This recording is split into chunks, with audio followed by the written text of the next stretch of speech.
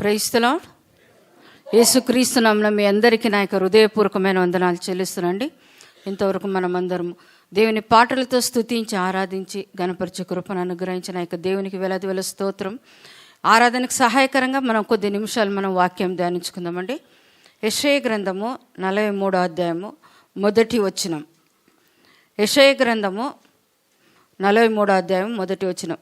అయితే యాకోబు నిన్ను సృజించిన వాడు యెహోవా, ఇశ్రాయేలు నిన్ను నిర్మించిన వాడు ఇలాగు సెలవిచ్చుచున్నాడు, నేను నిన్ను విమోచించి ఉన్నాను, భయపడకుము, పేరు పెట్టి నిన్ను పిలిచి ఉన్నాను, నీవు నా సొత్తు. అంతే చాలండి. చిన్న ప్రార్థన చేసుకుందాం.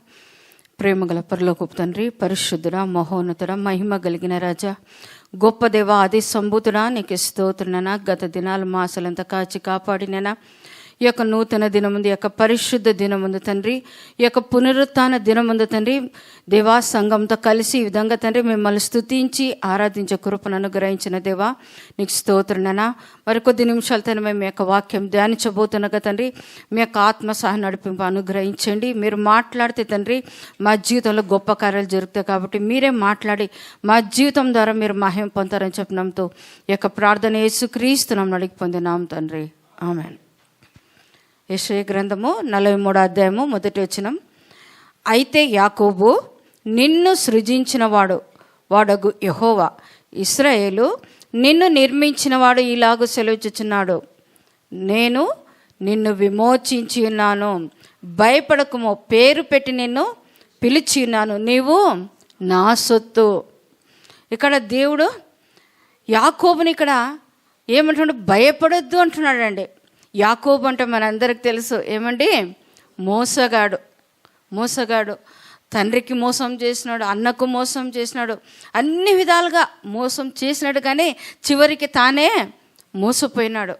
మోసపోకుడి దేవుడు వెక్కిరింపబడు. మనం ఏది విత్తుతామో అదే పంట కోస్తాం. అదేవిధంగా మనం చూస్తున్నాం ఇక్కడ యాకోబుకు దేవుడు ఏమంటాడంటే, అయితే యాకోబు నిన్ను సృజించిన వాడనగు యెహోవా, ఇశ్రాయేలు నిన్ను నిర్మించిన వాడు. యాకోబుగా ఉన్న ఈయనను దేవుడు ఏం చేసినాడండి? ఇశ్రాయేల్గా మార్చినాడు. భయపడొద్దు అంటున్నాడు. దేవుడు మన జీవితంలో ఎన్నో వాగ్దానాలు చేసినాడండి. ఏమండి, రోజుకొక వాగ్దానం 365 రోజులు 365 ఒక్క వాగ్దానాలు దేవుడు మనకిచ్చినాడు. కానీ ఆ యొక్క వాగ్దానాలు, దేవుడిచ్చిన యొక్క వాగ్దానాలు, మనం ఎప్పుడు దేవుని యొక్క వాగ్దానాలు పెట్టుకొని ప్రేయర్ చేస్తుంటాం, అవునా కదండి? దేవా నువ్వు ఈ విధంగా చెప్పినావు కదా ప్రభా, ఈ విధంగా చేయి ప్రభా అని చెప్పి వాగ్దానాలు పెట్టుకొని మనం ప్రార్థన చేస్తాం. అదేవిధంగా యాకోబు కూడా దేవుడిచ్చిన ఒక వాగ్దానం పెట్టుకొని ప్రార్థన చేసినాడు. ఎక్కడ చేసినాడండి? ఆదికాండం 32వ అధ్యాయం 10వ వచనంలో చూసినట్లయితే, దేవా నువ్వు చెప్పినావు కదా, నేను తిరిగి ఎప్పుడైతే యాకోబు తండ్రిని మోసం చేసి తన సహోదరుని మోసం చేసి ఏమండి వెళ్ళిపోయేటప్పుడు దేవుడు ఆయనకు వాగ్దానం ఇస్తాడు, నేను నిన్ను ఆశీర్వదిస్తాను, నేను నిన్ను ఆశీర్వదించే వరకు నేను నిన్ను విడువను అంటాడు.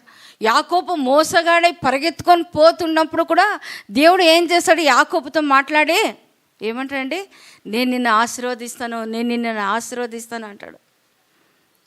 ఆ యొక్క దేవుడు అంటాడు, తిరిగి నువ్వు ఈ దేశానికి వచ్చేంత వరకు, తిరిగి నీ తండ్రి ఇంటికి వచ్చేంత వరకు నేను నీ చేయి విడవనని చెప్పిన ఒక మాటను జ్ఞాపకం చేసుకొని, ఎప్పుడైతే తండ్రి ఇంటిని విడిచిపోయి మామ దగ్గరికి పోయి వివాహం చేసుకొని పిల్లలకని అంతే మరి తిరిగి తండ్రి ఇంటికి వచ్చేటప్పుడు అంటాడు, ప్రభా నువ్వు నన్ను ఆశీర్వదిస్తానన్నావు కదా ప్రభా అని చెప్పి అక్కడ ప్రార్థన చేస్తాడు. ఎందుకంటే ఇప్పుడు నేను చాలా పెద్ద సంకష్టంలో ఉన్నాను, ఏమి ఇక్కట్టులో ఉన్నాను నేను. ఎందుకు? ఇప్పుడు నా యొక్క సహోదరుడు నన్ను ఎదుర్కోబోతున్నాడు. ఎందుకంటే నేను చేసింది చాలా పెద్ద పాపము. మా అన్నకు రావాల్సిన ఆశీర్వాదాలంతా కొట్టుకున్నాను. మా అన్నకు జ్యేష్ఠత్వపు హక్కును కూడా నేను పొందుకున్నాను. కాబట్టి ఇప్పుడు మా అన్న నా పైన కసి పెట్టుకుంటారు. కాబట్టి ఒక్క రోజే నేను, నా భార్య, పిల్లలు అందరము చనిపోతాం ప్రభా. కానీ నువ్వు ఏమన్నావు? నేను నీ చేయి విడవనని చెప్పాను కదా, ఇప్పుడు మీరు నాకు సహాయం దయచేయాలని చెప్పి ఎన్నో తనకు మైండ్లో ఉన్న ఒక ఆలోచనలన్నీ ఉపయోగించినాడు. ఏమండి, గుంపులుగా చేసి కానుకలు ఈ విధంగా పంపిస్తాను. ఆ కానుకలు తీసుకొని మా అన్న సంతోషంగా ఉన్నాడా లేదా కనుక్కొని మా అన్న సంతోషంగా ఉన్నాడంటే అప్పుడు నేను నా భార్య పిల్లలు వెళ్ళొచ్చు అని ఎన్నెన్నో 3 గుంపులుగా చేసి ఎన్నెన్నో ప్లాన్ వేసుకున్నాడు. అయినప్పుడు కూడా ఆయనకి సంతోషం కలగనీయలేదు. ఎందుకంటే ఆయన చేసిన పాపము తప్పు అటువంటిదన్నమాట. అప్పుడు అంటాడు, ప్రభా నిజంగా నువ్వు నా జీవితంలో ఎన్నో అద్భుత కార్యాలు చేసినావు, అయినప్పుడు కూడా నేను అపాత్రును ప్రభు అని చెప్పి తనకు కలిగిందంతా సమస్తము విడిచిపెట్టి హెబ్బో రేవు దాటించేసేవాళ్ళు ఎవరు లేకోకుండా. ఎందుకంటే అందరు ఉంటే ఏమవుతుందండి, ప్రార్థన చేసేటప్పుడు అందరు ఉన్నారనుకోండి, గుంపులో మనం ప్రార్థన చేస్తే ఈయనది పెద్ద సైన్యం, పిల్లలందరూ వచ్చి డిస్టర్బ్ చేస్తారని అందరినీ ఎబ్బో రేవు దాటించి ఏం చేసినాడు, ఒంటరిగా దేవుని యొక్క సన్నిధానంలో పోరాడినాడండి. దేవా నేను పాపిని ప్రభా అని చెప్పి దేవుని సన్నిధానంలో పోరాడినాడు. ఎంతవరకు పోరాడాడంటే దేవుడు అని అంటాడు, ప్రభా ఈరోజు నువ్వు నన్ను ఆశీర్వదిస్తేనే తప్ప నేను నిన్ను విడవను. ఎందుకంటే అటువంటి ఒక స్థితిలో నేను ఇప్పుడు ఉన్నాను.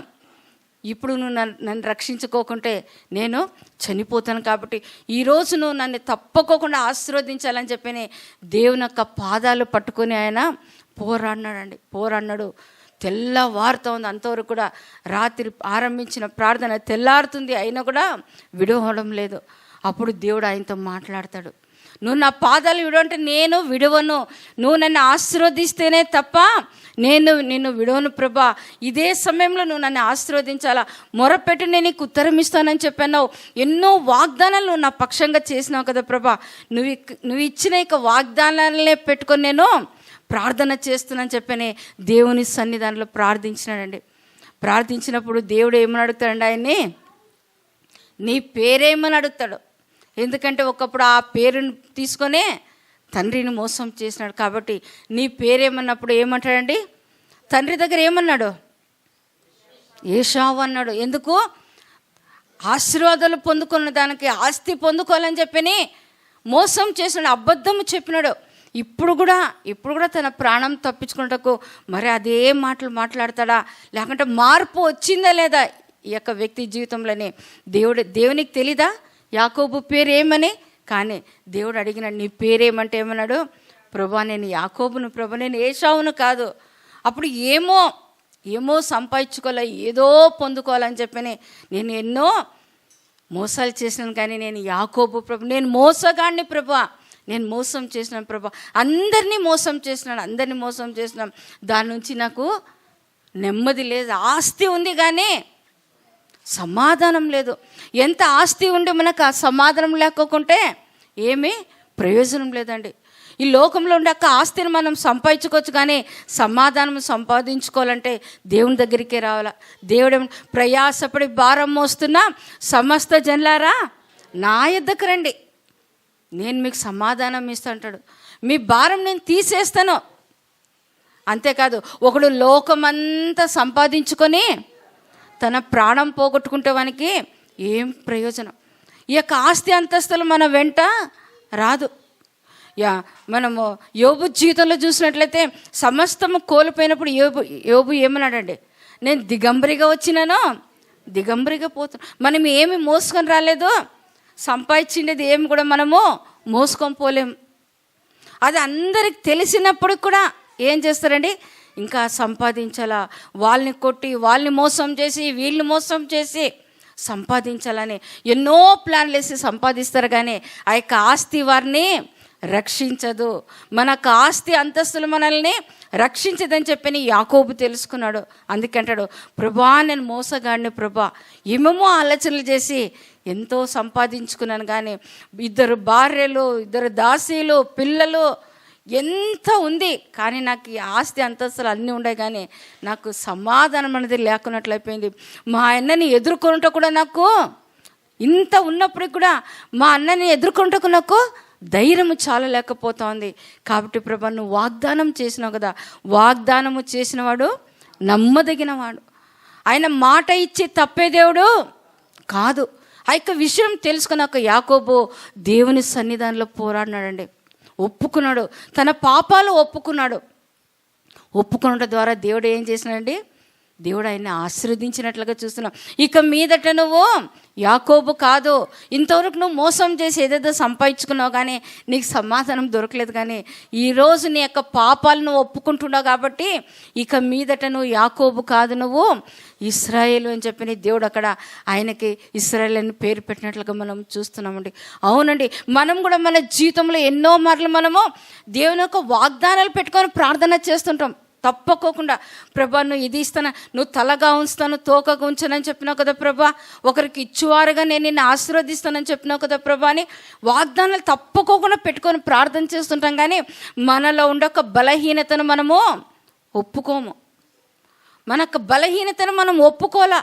కప్పుకోకుండా మనం ఏం చేయాలి? దేవుని సన్నిధానంలో ఒప్పుకొని విడిచిపెట్టాల. విడిచిపెట్టినప్పుడే మనం ఆశీర్వదింపబడతాం. కానీ విడిచిపెట్టుకోకుండా మన బలహీనతను మనం పెట్టుకొని మనము ఎంత ప్రార్థన చేసినా కూడా మనకు దేవుడు మనకు ప్రార్థన ఆలకించడు. మనం యెషయా గ్రంథం 59వ అధ్యాయం చూసినట్లయితే మొదటి వచనంలో ఏముందండి? రక్షింపనేరక ఉండినట్లు యెహోవా హస్తము కురుచు కాలేదు, విననేరక ఉండినట్లు ఆయన చెవులు మందము కాలేదు. ఎందుకు మన ప్రార్థనలు దేవుడు ఆలకించడం లేదు? ఎందుకు దేవుడిచ్చిన ఒక వాగ్దానాలు మన జీవితంలో నెరవేర్పు కలగడం లేదంటే మన పాపాలు దేవుని సన్నిధానం పోకుండా అడ్డుగోడగా ఉన్నాయంట. ప్రార్థనలు దేవుని సన్నిధానంలో పోకోకుండా మన పాపాలు అడ్డుగోడగా ఉన్నాయంట. కాబట్టి ఆ యొక్క అడ్డుగోడలు తొలగింపబడాలంటే పాపం నుంచి విడుదల పొందాలి. అందుకే ఇక్కడ అంటాడు యెషయా గ్రంథం 43వ అధ్యాయము 4వ వచనంలో చూడండి.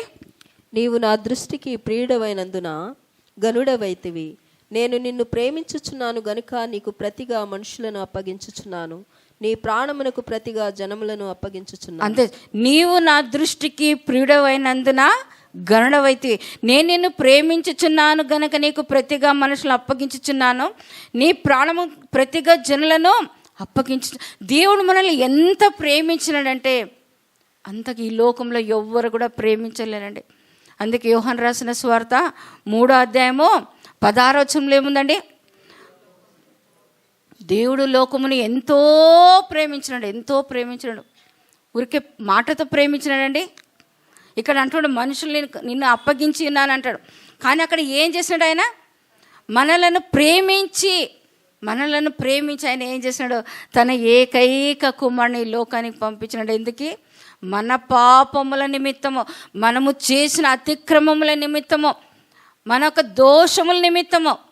ఎందుకంటే మనము చేసిన పాపమునకు మనం ఎక్కడికి వెళ్ళాలి? నరకానికి వెళ్ళాలి. ఏ భేదము లేదు. అందరూ పాపము చేసి దేవుడు అనుగ్రహించు మహిమను పొందలేకపోయినారు. పాపమునకు వచ్చి జీతము మరణము. మనం మరణానికి పాత్రులము. ఇక్కడ యాకోబు చేసిన పనికి అతడు మరణానికి పాత్రుడు. కానీ ఏమండి, మన శాపము, మన పాపము, మన బలహీనత అంతా దేవాది దేవుడైన యేసు ప్రభు తన మీద వేసుకొని మనకు రక్షణ అనుగ్రహించాడండి. మనము చేసిన ఒక పాపము నిమిత్తము ఆయన యొక్క కల్వరి శిలువలో తనకు యవ్వన రక్తమంతా మన కొరకు ధారపోసినాడు. అందుకే అంటాడు, నిన్ను ఎంతగానో నిన్ను ప్రేమిస్తున్నా అంటాడు. ఇదే ఒక మాట తీసుకొని మలాకీలో కూడా అంటాడండి. మలాకి 1వ అధ్యాయంలో అంటాడు, యాకోబు నేను నిన్ను ప్రేమించి తిని అని చెప్పిన అక్కడ మాట తీసుకొని చెప్తాడు.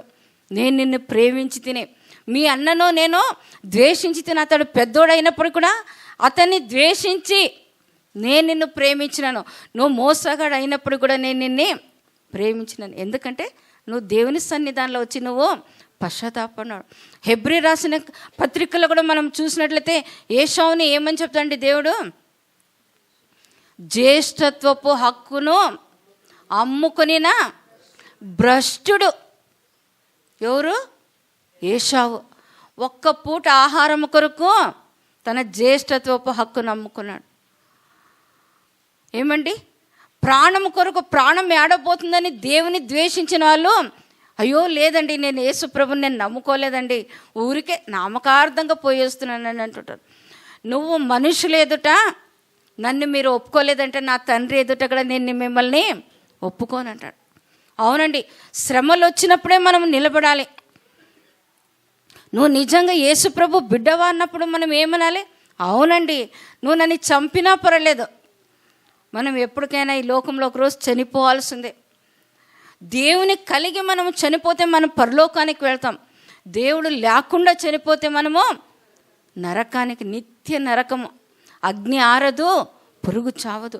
ఆ యొక్క స్థితి నుంచి మనం తప్పించుకోవాలంటే దేవుని సన్నిధానం మనం ఒప్పుకోవాలి, ప్రజలందరి ఎదుట ఒప్పుకోవాలి. దావీదు మహారాజు ఏమంటాడండి, రక్షణ పాత్రను చేతపుచ్చుకొని సమాజం ఎదుట నేను కృతజ్ఞతాస్తులు చెల్లిస్తాను ప్రభా. ఎప్పుడు దావీదు తాను చేసిన పాపము అందరి ఎదుట ఒప్పుకున్నాడు, సమాజం అందరిలో ఒప్పుకున్నాడు. అవును ప్రభా, నేను పాపిని ప్రభా, నన్ను క్షమించు ప్రభా, నీ రక్షణ ఆనందం మరీ తిరిగి నాకు పుట్టించు ప్రభా, నేను చేసిన పాపం బట్టి ఆ యొక్క రక్షణ యొక్క ఆనందం నేను పోగొట్టుకున్నాను, మరలా నాకు దయచేయండి, మీ యొక్క పరిశుద్ధాత్మను తిరిగి నాకు ఎప్పుడైతే మనం పాపం చేస్తామో పరిశుద్ధాత్మ వెళ్ళిపోతాడు. కానీ పరిశుద్ధాత్మ దేవుడు మనలో ఉండాలంటే మనం పవిత్రులుగా జీవించాలంటాడు కదా. నేను పరిశుద్ధుడును కాబట్టి సమస్త విషయంలో పరిశుద్ధత కలిగి ఉండాలి. మనం పుట్టకముందే దేవుడు మనల్ని ఆశీర్వదించినాడు, అవునా కదండి. మీరు ఫలించి అభివృద్ధి చెంది భూమిని నింపండి. ఎప్పుడో దేవుడు మనం పుట్టకముందే ఆశీర్వదించినాడు. ఆ యొక్క ఆశీర్వాదాలు మనం పొందుకోవాలంటే, ఆశీర్వాదాలకు మనం పాత్రలు కావాలంటే దేవుని సన్నిధానం మన యొక్క పాపాలు మనము ఒప్పుకోవాలి. అది చిన్నది కానీ పెద్దది కానీ, పాపం అంటే పాపమే, ఒప్పుకోవాలి. కప్పుకోకుండా ఒప్పుకునేవాడు ధన్యుడు అని ఉంది. ఒప్పుకున్నప్పుడే మనకు రక్షణ కలుగుతుంది. తండ్రి కుమార పరిశుద్ధాత్మ నామంలో బాప్తీసం తీసుకున్నప్పుడే మనకు రక్షణ. రక్షణ లేకుండా మనం పరలోక రాజ్యానికి మనము వారసులం కాలేం. అంతేకాదు, రక్షింపబడి బాప్తీసం తీసుకున్న మనం ఏం చేయాలి, బల్లలో పాలు పొందాలి. అపోస్తుల కార్యంలో మనం చూసినట్లయితే బాప్తీసం తీసుకున్న వారు ఏ విధంగా ఉన్నారంటే, అపోస్తుల బోధ ఎందునో, సహవాసము ఎందునో, రొట్టె విరుచుట ఎందునో, ప్రార్థన చేయటం ఎందు ఎట్లున్నారండి వాళ్ళు, ఎప్పుడో నెలకొకసారి, సంవత్సరంకి ఒకసారి, 2 నెలలకు ఒకసారి అట్లున్నారండి వాళ్ళు. ఎడతెగక ప్రతి ఆదివారం మేము కూడుకున్నప్పుడు మేము రొట్టె విరుచుంటిమి అని మన అపోస్తుల కార్యంలో చూస్తున్నాం మనం. కాబట్టి మనం దేవుని యొక్క బలలో మనం పాలు పొందాలి. రక్షింపబడినవారు, రక్షణ లేనివారు ఇంకా మనం ఈ లోకంలో మోసగాలుగా మనం జీవిస్తున్నామా, ఏదో సంపాదించాలని. మోసం అంటే దేవునికి ఇచ్చే సమయం కూడా దొంగలించడమే. ఏమంటే దేవుడు ఏమన్నాడు, 6 రోజులు మీరు పని చేయండి, 7వ రోజు ఇది నా దినం. యేసుప్రభు ఆ రోజు విశ్రాంతి తీసుకున్నాడు, దేవాది దేవుడు ఆ రోజు విశ్రాంతి తీసుకున్నాడు. ఏమండి, ఈ యొక్క దినం నేను ఆశీర్వదించినాను, నేను పరిశుద్ధపరిచిన ఈ యొక్క దినము మీరు అపవిత్రపరచద్దండి, ఇది మనోహరమైనది, ఘనమైనదని ఎంచి మీరు ఆ విధంగా మీరు నన్ను ఆరాధిస్తే మీకు ఉన్నతమైన స్థలంలో నేను మిమ్మల్ని ఉంచుతాను. కాబట్టి దేవుడిచ్చిన ఆశీర్వాదాలు, వాగ్దానాలు మనం పొందుకోవాలి.